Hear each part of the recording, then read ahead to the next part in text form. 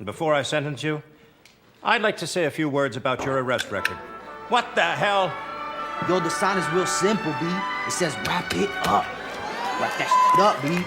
I don't think that's a good idea. Man, you want some too? You better wrap it up. So this week we had the sequel series to Tom Taylor's DCeased Dead Planet wrap up. And it's time to talk about all the good and the bad that went along with it. Me personally, I'm giving it an A- grade. Far more good in that series than bad. Obviously, the art is by Trevor Hairsine. With me to talk about this is El Percherino himself, the Poop Off Comics. Perch, how you doing? I'm doing great. Yeah, thanks for having me on. So before I get into just some overall observations, and we talk about 3 points that I think that the comic did very well, 3 low points, things that they could have worked on. What was your grade just regarding DCeased Dead Planet? Oh, it's good. I mean, it was an enjoyable story. It had a, this could sound so sad, it had a beginning, middle, and an end, and it delivered on what it promised, which sets it apart from lots and lots of comics. Yeah, I mean, I think an A-. I think that's it was a very good book. It was a solid, enjoyable read. That fits me. Yeah, when people say the low points, you're going to be laughing because it was really hard to find some. So let's get right into it. These are just kind of my 3 big observations coming out of the series. DCeased is absolutely its own pocket universe in the DC Comics. It's exceptionally viable. It's got, obviously we've got DCeased, we've had one-shots, we've had prequels, we've got digital series. Tom Taylor feels like he's a DC guy now. He's kind of breaking away from that Marvel brand, and it feels like he's going to be more heavily associated with DC moving forward. Obviously, he has Nightwing as well as that Batman The Dark Knight miniseries coming up as well, but I don't know. It feels like a better home for him anyway. Yeah, I agree. I can't tell with the end of, and I guess we're into spoiler territory here a little bit. They wrapped a lot of things up with Dead Planet, and but they left some stuff on the table. They left a few things. I like you. I think this is a place you should go back to. I think they should continue to explore lots of this. It's a couple different things in one. They're taking a completely different take on characters. In many cases, it's what people were complaining about with 5G. It's the next generation in a lot of cases has stepped up and they're leading the show, but it's very natural and organic how they got there, and it's enjoyable to see what's going to happen. And I like that pocket universe. I think there's a lot of money that could be made. It was one of the stronger digital sales books with the spinoff that was done there.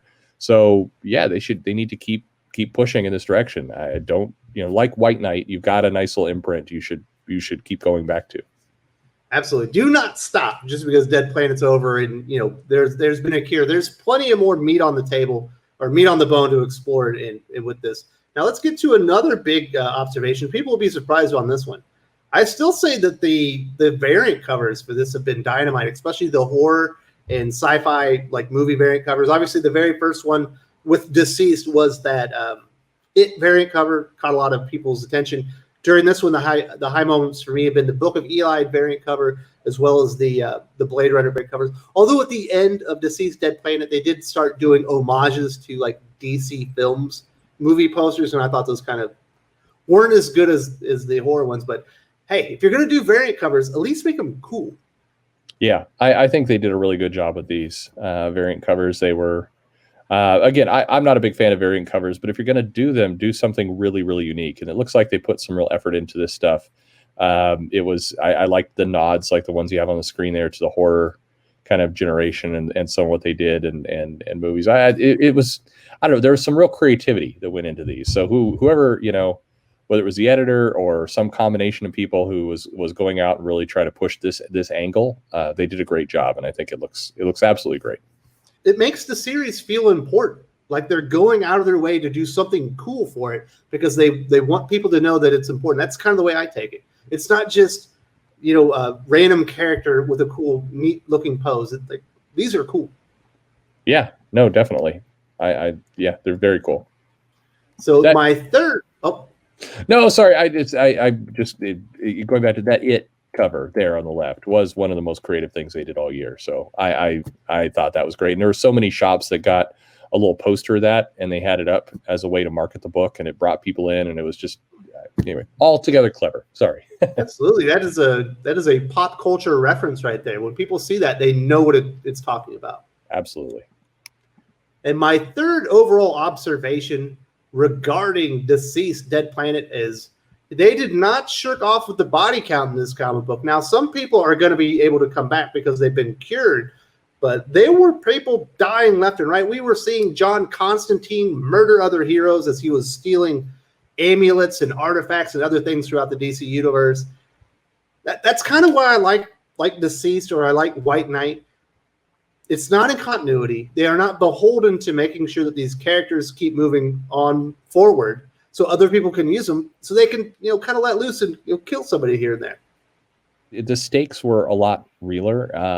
What's interesting is in these kinds of books, it's easy to dip into just gore because you can kill people. So let's just kind of randomly do that. But they still found ways to make the death and make the moments matter. And even though you could argue it is a disposable universe to some extent, and you can do whatever you want with it, it never felt like they were leaning into that gimmick heavily. It always felt like the deaths had stakes. There was a plan for what the death consequences would be. And it wasn't just shock value stuff. It was shocking, definitely, but there was more to it than that. The first series did that really well. And the second one, I think, did it even better, where the deaths had real weight and consequences every step of the way.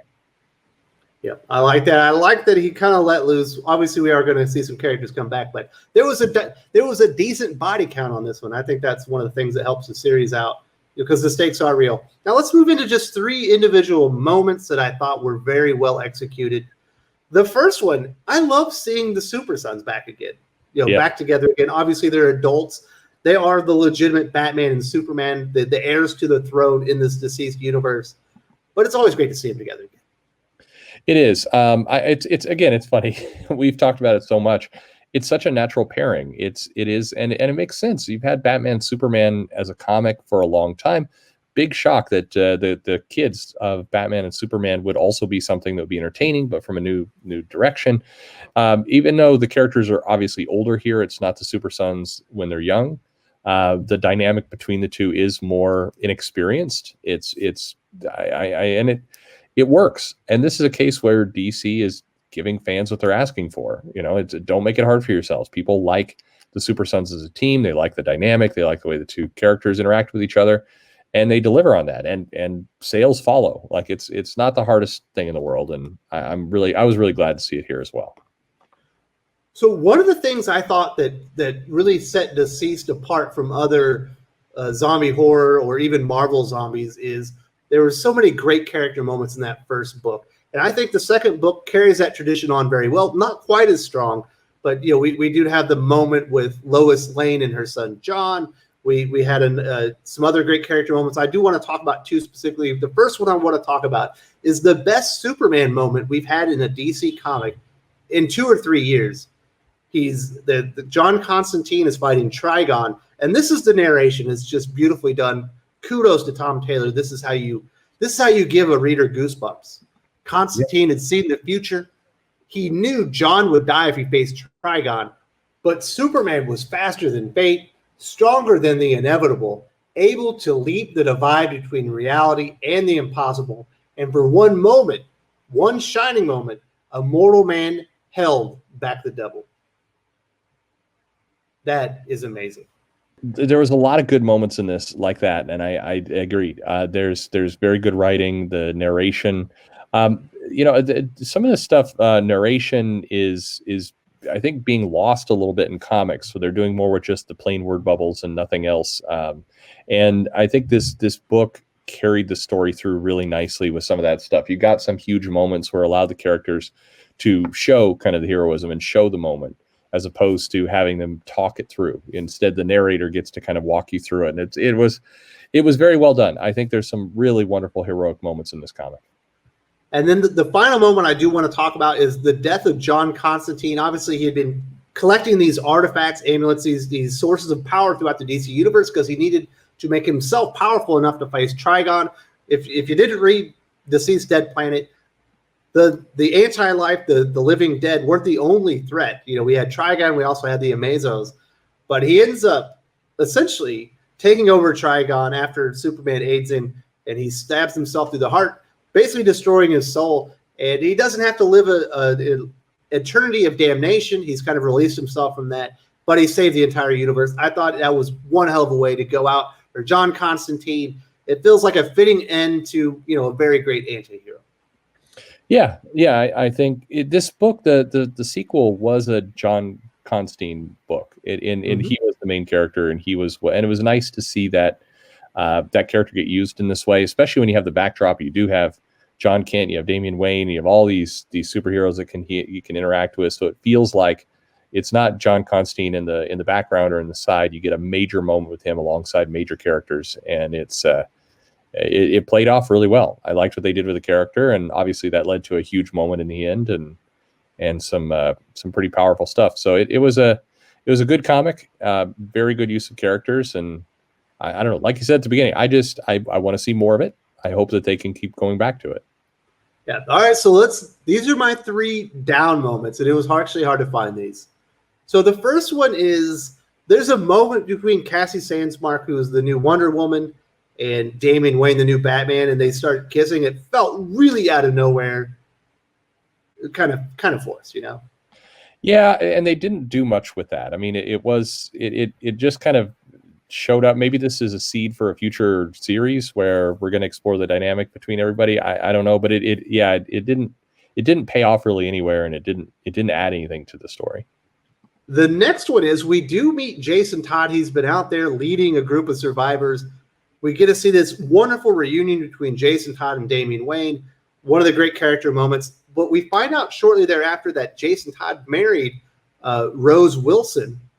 And within like 5 pages of that, he dies. Like, can Jason Todd get some like a happy ending somewhere? Yeah, absolutely. I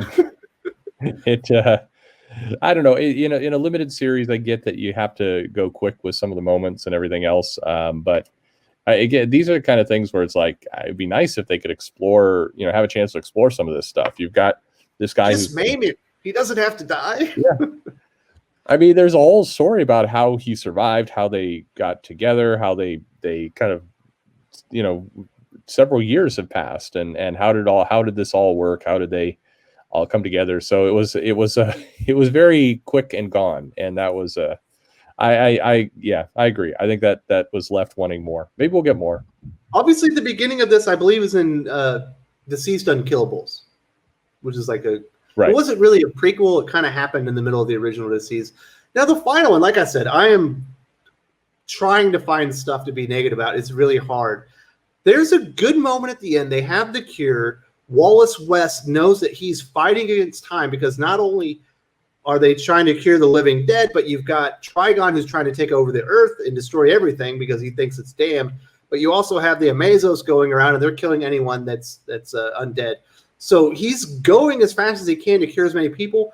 I think there was an opportunity here to give Wallace West an amazing moment where he's almost running so fast he's ripping his own skin off to save as many people as possible as he's starting to kind of sacrifice himself before he's, Superman lets him know that they won. You don't need it. Like, he could have had a better moment. That's the best I could do.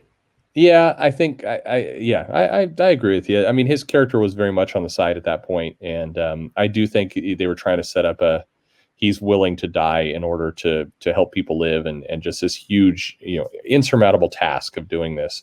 But unfortunately, at the same time, you've got the massive epic battle going on in the background, and it's just there's no breathing room for the scene to really be what they want it to be.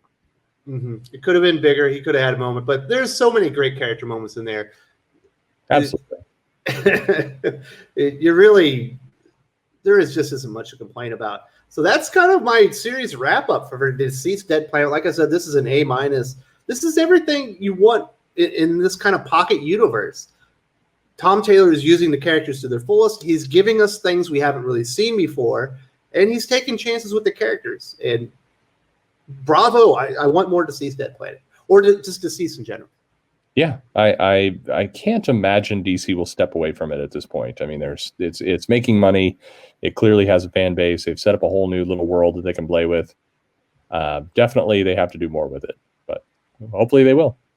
If you enjoyed this video, please give it a like. I would appreciate it very much. It helps us attract more views for the channel. Subscribe for future commentary, comic book news, and reviews. And don't forget to ring the bell for notifications. If you want to talk comics, movies, and much, much more, you can follow me on Twitter at Wes_from_TC. With that, Salamat Po, and I'm out.